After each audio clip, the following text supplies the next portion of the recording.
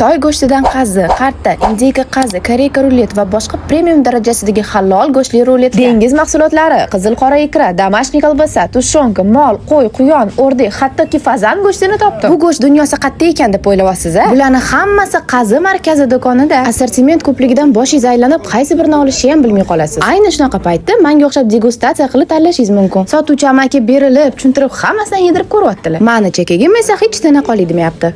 Rostdan ham juda ham mazali ekan-da. Kechirasiz, bu qanaqa go'sht deb so'raganimni bilaman. Cho'larni tortib shart ochib tashadilar-yu. Bu qo'y go'shtini 6 oy davomida yetiltirib hamon qilganmiz. Bitta mazasini ko'ringmi? Buni qancha yupqa qilib kesib yesangiz mazasi bilinadi.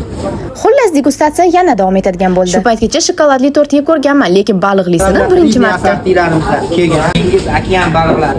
Ustiga krevetkani ham qo'yib qo'yishgan chiroyli bo'ldi. Maslinli baliq, lasos, tunet, hamma balig'i qo'shib qo'yish. Xullas, yengil stolini bezatmoqchi bo'lsangiz yoki mehmonjonlarni chiroyli qilib kutib olaman desangiz, Qazi markazi doim xizmatingizga tayyor. Ko'rmaganni ko'rgani qursin deb bir savat narsa olib ketdim. Hoy, kenajon, bu videoni pochamga jo'natib qo'ying. Qani bir o'zg'orib kelsalar-chi? Aytgancha Qazi markazi 31 dekabrda ham xalq xizmatida bo'lar ekan.